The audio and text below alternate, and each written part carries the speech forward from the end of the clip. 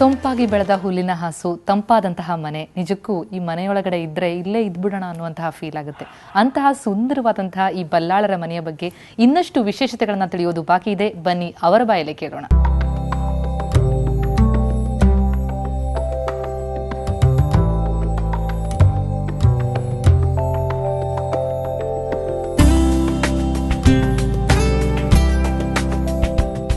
ಆಳೆತ್ತರದ ಮನೆಯ ಮುಖ್ಯ ಬಾಗಿಲಿನಿಂದ ಒಳ ಬಂದಾಕ್ಷಣ ಅಂಗಳದ ಹಸಿರು ಪಾಸಿಟಿವ್ ಎನರ್ಜಿ ಕೊಟ್ರೆ, ಚಾವಡಿಯಲ್ಲಿ ಅಲಂಕೃತವಾದ ಪ್ರತಿ ವಸ್ತುವು ನಮ್ಮನ್ನ ಫ್ಲಾಶ್ ಬ್ಯಾಕ್ಗೆ ಕರೆದುಕೊಂಡು ಹೋಗುತ್ತೆ.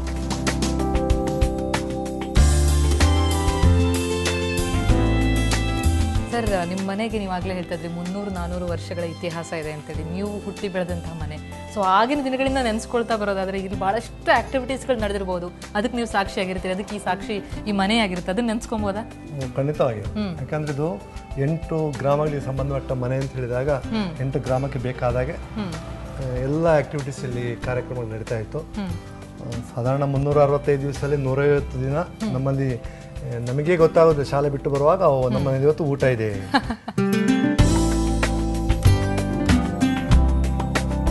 ಬಹಳಷ್ಟು ಹಳೆಯ ಕಾಲದ ವಸ್ತುಗಳನ್ನೆಲ್ಲ ಇಟ್ಕೊಂಡಿರುವಂಥದ್ದು ನೀವು. ಸೊ ನಿಮಗೆ ಬಹಳ ರುಚಿ ಇದೆ ಅಂತ ಅನ್ಸುತ್ತೆ. ಇದೆಲ್ಲವನ್ನು ನೋಡ್ತಾ ಇದ್ರೆ ಗೊತ್ತಾಗುತ್ತೆ. ಏನೇನು ಇಟ್ಕೊಂಡಿದ್ರಿ ನಿಮ್ಮ ಮನೇಲಿ ಹಳೆಯ ವಸ್ತುಗಳು ಅಂತಂದ್ರೆ? ನಮಗೆ ಹೊಸ ವಸ್ತುಗಳನ್ನ ಸಿಕ್ಕಿದ್ರೆ ಯಾರಿಗಾರ ಹಳ ಮನೆ ಇದ್ದವರಿಗೆ ಕೊಟ್ಟುಬಿಟ್ಟು ಖುಷಿ ಆಗುತ್ತೆ ಅವರಿಗೆ. ಅವರಲ್ಲಿರುವ ಹಳ ವಸ್ತುಗಳನ್ನ ಹಿಡ್ಕೊಂಡ್ ಬರುವಂತ ನಮ್ಮ ಮೊದಲಿನ ಹವ್ಯಾಸ. ಇದು ಇಲ್ಲಿ ಸಿಗೋದಿಲ್ಲ. ಇದು ನಾರ್ತ್ ಇಂಡಿಯನ್ ಯಾರ ಹಿಡ್ಕೊಂಡ್ ಬರುವಾಗ ಅವ್ರನ್ನ ನಾನು ತಗೊಂಡದ್ದು. ಇದು ನಮ್ಮ ಜಾನಪದ ಶೈಲಿ ಯಕ್ಷಗಾನದ ವೇಷ. ಜಿಂಕೆಯ ಕೊಂಬಿದು, ಜಿಂಕೆ ಅಥವಾ ಅದಕ್ಕೆ ಸಂಬಂಧಪಟ್ಟ ಸ್ಪೀಶೀಸ್ ನ ಕೊಂಬು. ಇದು ಒರಿಜಿನಲ್ ಬಿಳಿ ಕೊಂಬಿದು, ಪೇಂಟ್ ಬಣ್ಣ ಕೊಟ್ಟ ಕೊಂಬುಗಳಲ್ಲ. ಮತ್ತೆ ಈಗ ನಾವು ಎಲ್ಲ ಸರ್ಕಾರ ಹೇಳುತ್ತೆ ಉಳಿತಾಯ ಮಾಡಿ ಉಳಿತಾಯ ಮಾಡಿ ಉಳಿತಾಯ ಮಾಡಿ ಅಂತ ಹೇಳಿ. ಅದಕ್ಕೆ ಮತ್ತೆ ವಿದ್ಯುತ್ ಶಕ್ತಿ ಸ್ಥಗಿತಗಳಿಗೆ ಇದ್ದಾಗ ಕಾಲ್ ಬೆಲ್ ನಮ್ದು ಗಂಟೆಯೇ ಇದೆ ಇಲ್ಲಿ. ಈಗ ಬರೆದ್ಬಿಟ್ರೆ ಓಂ ಶಬ್ದೋ ಬಂತು, ಮನೆ ಶಾಂತಿಗೂ ಒಳ್ಳೇದು ಗಂಟೆ. ಅದರೊಟ್ಟಿಗೆ ನಮಗೆ ಗೊತ್ತಾಯ್ತು ಬಂದ್ರು ಯಾರ ಅಂತ ಹೇಳಿ ನಾವು ಮಾಡ್ತಾ ಇದ್ದೀವಿ. ನೋಡಿರ್ಬೋದು ಇದು ನಮ್ಮಲ್ಲಿ ದೈವ ಕೋಲ ಅಂತ ಆಗುತ್ತೆ.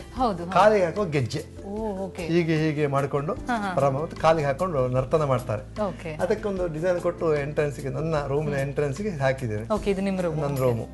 ನನ್ನ ರೂಮು ನಾವು ಹೊರಗಿಂದ ಈ ರೂಮ್ ಅಲ್ಲಿ ಇರೋದು. ನಾವು ವಾಚ್ಮ್ಯಾನ್ ರೂಮ್ ಹೇಳೋದು ನಾನು. ಯಾಕೆಂದ್ರೆ ವಾಚ್ಮ್ಯಾನ್ ಈ ಸೈಡ್ ಕಾಂಫರ್ಟೇಬಲ್ ನಮಗೆ. ಮೊದಲಿನ ತಂದೆ ತಾಯಿಗಳು ಅಲ್ಲಿದ್ದಾಗ ನಾವು ಇಲ್ಲೇ ಇದ್ದೇವೆ ನಾವು ಅಷ್ಟೇ. ಅಲ್ಲಿ ಕಾರ್ಯವ್ಯಾಪ್ತಿನ ಅಲ್ಲಿ ಹಂಚಿಕೊಂಡಿದ್ದೇವೆ. ಬಲ್ಲಾಳರ ಅಂಕಣದ ಮನೆಯ ಅಂದ ಹೆಚ್ಚಿಸೋದೆ 100 ವರ್ಷದ ನೆನಪನ್ನ ಹೊತ್ತ ಈ ವಸ್ತುಗಳು, ಅದರ ಹಿಂದಿರುವ ಕುತೂಹಲಕಾರಿ ವಿಷಯಗಳು. ಇಲ್ಲಿ ಬಹಳ ಏನೇನೋ ಇಟ್ಕೊಂಡಿದ್ದೀರಲ್ಲ ಸರ್, ಇದೆಲ್ಲ ನೀವು ಎಲ್ಲಿ ಸಂಗ್ರಹಿಸಿದ್ದ ಅಥವಾ ನಿಮ್ಮ ಮನೇಲಿ ಇದ್ದಿದ್ದ? ಮನೆಯದ್ದೇ ಮೊದಲು ಉಪಯೋಗ ಆಗ್ತಾ ಇತ್ತು. ಇದು ಪಂಚಲೋಹ ಹಾಲು ಕಾಯಿಸುವ ಪಾತ್ರೆ. ಇದು ಏನ್ ಅಡ್ವಾಂಟೇಜ್ ಹೇಳಿದ್ರೆ, ಒಂದು ದಪ್ಪ ಉಂಟು ಮತ್ತೆ ಹಾಲು ಎಷ್ಟು ಕೂದ್ರೂ ಮೇಲ್ ಬರೋದಿಲ್ಲ. ಯಾಕಂದ್ರೆ ಇದು ಅಷ್ಟು ದಪ್ಪ ಇದೆ. ಮತ್ತದು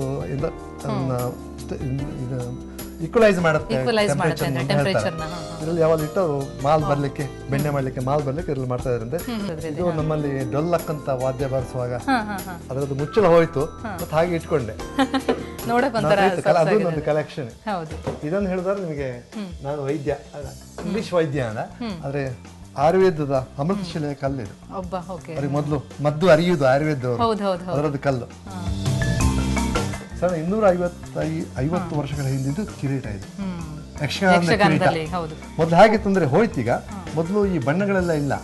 ಆಗ ಏನ್ ಮಾಡಿದ್ರು ಅಂದ್ರೆ ತರತರದ ಜಿರಳೆಗಳು ಮತ್ತೆ ಹಂತಗಳ ಹಾರಾಡುವ ಕೀಟಗಳಿದಲ್ಲ, ಅದರ ರೆಕ್ಕೆಗಳಲ್ಲಿ ಬಣ್ಣಗಳಿತ್ತು. ನೀವು ನೋಡಿರ್ಬೋದು, ಗ್ರೀನ್ ಬಣ್ಣದ್ದು, ಬ್ಲೂ ಬಣ್ಣ, ಅದನ್ನೆಲ್ಲ ಹಚ್ತಾ ಇದ್ರೆ ಅದಕ್ಕೆ. ಇದರಲ್ಲಿ ಇತ್ತು. ಈಗ ಮತ್ತೆ ಹೊರಳೆ ಬಂದು ಹೋಗಿಬಿಡ್ತು. ಇದು ತಲೆಯ ಕಿರೀಟ ಇದೆ, ಹೀಗೆ ಇಟ್ಟು ಕಿರೀಟ. ಆದ್ರೆ ಇದರ ಮಹತ್ವ ಎಂತ ಅಂದ್ರೆ 250 ವರ್ಷ ದೊಡ್ಡ ದೊಡ್ಡ ಪಾತ್ರಧಾರಿಗಳು ಇದನ್ನ ಹಾಕೊಂಡಿದ್ದಾರೆ. ನಂಗೆ ಯಾರಾದ್ರೂ ಕೊಟ್ಟರು ಹಿಡ್ಕೊಂಡ್ಬಂದು ಇಟ್ಕೊಂಡೆ ಇರ್ಲಿ ಅಂತ ಹೇಳ್ಕೊಂಡು.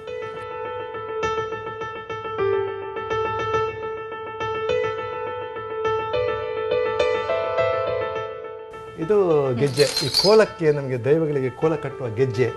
ಇದನ್ನ ಒಳ ಬರುವಾಗ ಈಗ ದೊಡ್ಡ ಬಾಗಿಲು ತೆಗೆಯುವಾಗ ಶಬ್ದ ಆಗುತ್ತೆ. ಇವಾಗ ಶಬ್ದ ಬರಲಿ ಅಂತ ಹೇಳಿ ಇಲ್ಲಿ ಕಟ್ಟಿದೆ ಗೆಜ್ಜೆಗಳ. ಬರೀ ಕಟ್ಟಲಿಲ್ಲ, ಅದಕ್ಕೊಂದು ಡಿಸೈನ್ ಮಾಡಿಸಿ, ಮರದ ಡಿಸೈನ್ ಮಾಡಿ ಎಲ್ಲಿ ನೋಡಿದ್ರೆ ಆರ್ಟಿಸ್ಟಿಕ್ ಇದಿರಬೇಕು, ಆ ಟಚ್ ಬೇಕು ಅಂತ ಟಚ್ ಬೇಕು ಅಂತ ಹೇಳ್ಕೊಂಡು.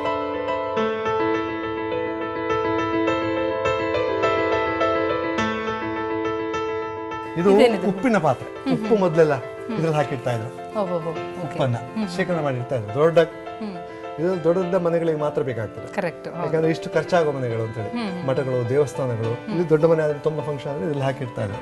ಒಂದು ಕಲೆಕ್ಟ್ ಮಾಡ್ಬೇಕು. ಸೊ ಬಹಳಷ್ಟು ಇಂಟ್ರೆಸ್ಟಿಂಗ್ ಫ್ಯಾಕ್ಟರ್ಸ್ಗಳು ನಿಮ್ಮ ಮನೆಯಲ್ಲಿ ಕಂಡು ಬರುತ್ತೆ. ಸೊ ಅದೆಲ್ಲ ನಿಮ್ಮ ಆಶೆ ಇರುವಂತದ್ದು ಮತ್ತೆ ನಿಮ್ಮ ಮನೇಲಿ ಇರುವಂತದ್ದು. ಸೊ ಅದು ಹಾಗಾಗಿ ಉಳ್ಕೊ ಬಂದಿದೆಯಾ? ಸೊ ನಿಮ್ಮ ಮನೆಯವ್ರಿಗೂ ಅದ್ರ ಬಗ್ಗೆ ಇಂಟ್ರೆಸ್ಟ್ ಇದೆಯಾ? ಅವಳಿಗೆ ಇಂಟ್ರೆಸ್ಟ್ ಇದೆ. ಇಂಟ್ರೆಸ್ಟ್ ಒಂದ್ ರೀತಿ ಇಲ್ಲದೆ ಮತ್ತೊಂದರಲ್ಲಿ ಅವಳಿಗೆ ಇಂಥದಕ್ಕೆಲ್ಲ ಸಪೋರ್ಟ್ ಮಾಡ್ತಾರೆ.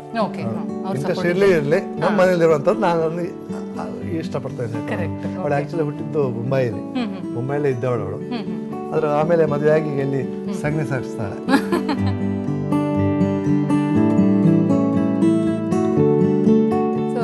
ಮತ್ತೆ ನಿಮ್ಮ ಮನೆ ಒಳಗಡೆ ಹೋಗೋದಾದ್ರೆ ಒಳಗಡೆ ಏನೇನು ವಿಶೇಷತೆಗಳಿವೆ ಅದನ್ನು ಹಾಗೆ ಉಳಿಸ್ಕೊಂಡಿದ್ದೀರಾ?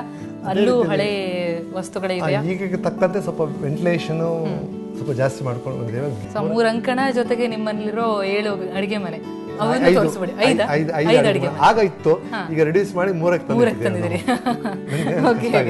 ಸೊ ಅದನ್ನ ನೋಡ್ಲೇಬೇಕಾಗಿದೆ.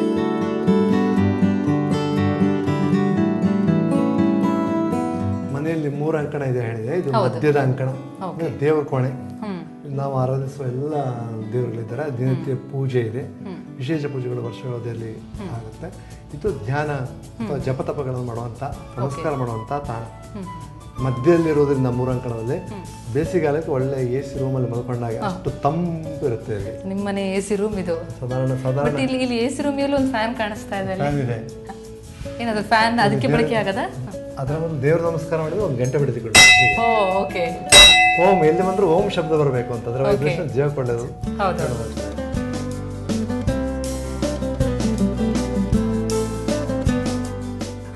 ಇದು ಸಾಧಾರಣ 70-80 ವರ್ಷಗಳ ಹಿಂದಿನ ಬೀಸಣಿಗೆ. ಈಗ ಮಾಡುವವರಿಲ್ಲ.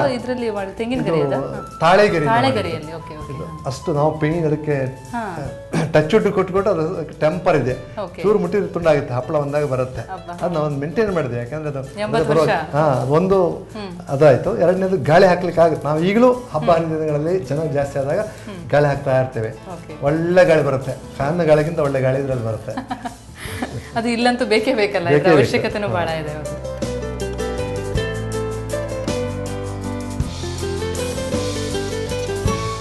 ಇದು 3ನೇ ಅಂಕಣ.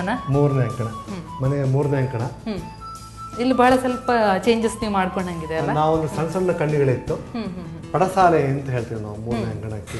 ಹೆಚ್ಚಾಗಿ ಹೆಂಗಸರು ಜಾಸ್ತಿಯಾಗಿ, ಮೊದಲ ಕಾಲದಲ್ಲಿ ಗಂಡಸರು ಹೊರಗೆ ಕೂತ್ಕೊಂಡ್ರೆ ಹೆಂಗಸರು 3ನೇ ಅಂಕಣದಲ್ಲಿ ಅವರದ್ದು ಮಾತುಕತೆ ಆಗ್ಬೋದು, ಆಗ್ತಾ ಇರ್ತದೆ.